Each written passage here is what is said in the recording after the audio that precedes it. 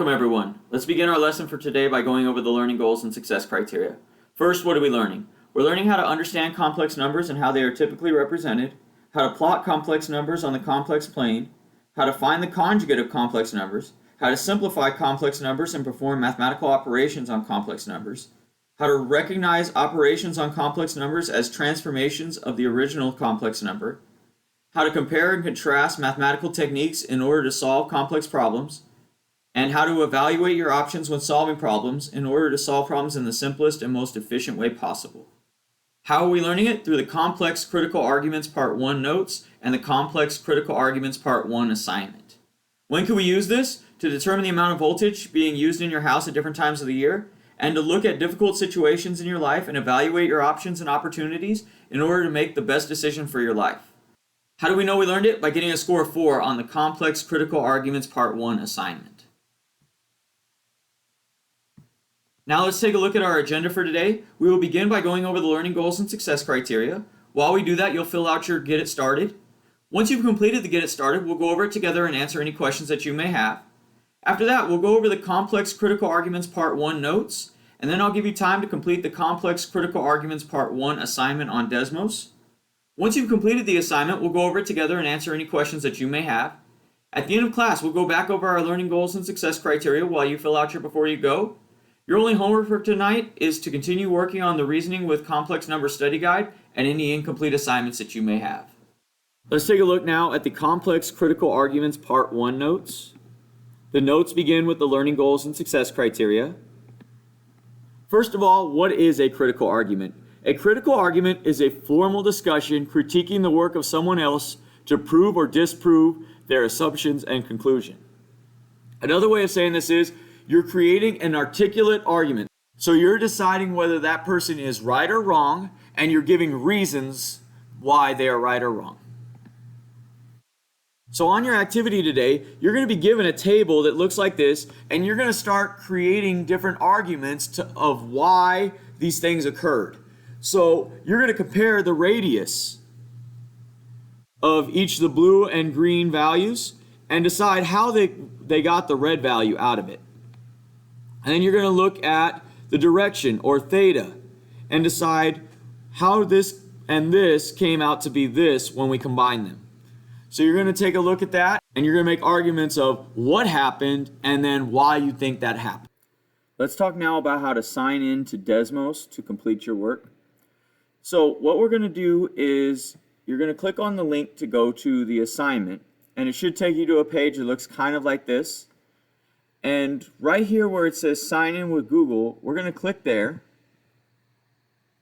And it's going to pop up with our email accounts. You're going to click on your school email account, and it should already have you logged in because you should have already been logged in using Google Classroom. From there, I'm just going to click Start the Activity, and it will take me into the assignment and allow me to begin. So that's how you will log in to Desmos using Google. Let's take a look now at the Complex Critical Arguments Part 1 assignment. The assignment begins with our learning goals and success criteria. If we scroll down, there's a link here to take us to the Desmos activity. And it should take you to a page that looks like this. We'll go ahead and click Start the Activity. The activity begins with the learning goals and success criteria as well. We'll go ahead and click Next. And we're given a table here. And if it's a little hard to see, that's okay. If you click on the table, it'll pop out and make it larger for you. And what we're supposed to do is, for numbers 1 through 3, it says, what pattern do you notice between their moduli, which is the R values? Well, if we notice, the R value here is square root of 2, then square root of 2, and it becomes 2.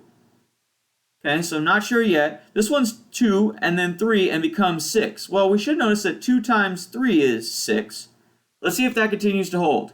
So we have 2 times square root of 2 is 2 square root of 2. So yes, we can notice that the pattern is that we multiply the moduli when we multiply two numbers in Cartesian form. So that should be what we notice. Then it says, what do we notice about the arguments, meaning the thetas? Well, this one starts at 135, and then this one's at 225, and we end up at 360. Well, it's not multiplication, but 135 plus 225 is 360. And then 210 plus 90 is 300. So we should notice that we're adding them together.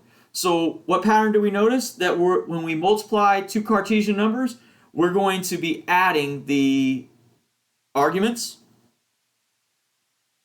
So that's that. It says, does 4 fit this pattern as well? Well, number 4, if you notice, 2 times 3 squared root of 3 is 6 squared root of 3, so that works. But then we have 150 plus 270 is equal to 60. Well, it doesn't equal 60.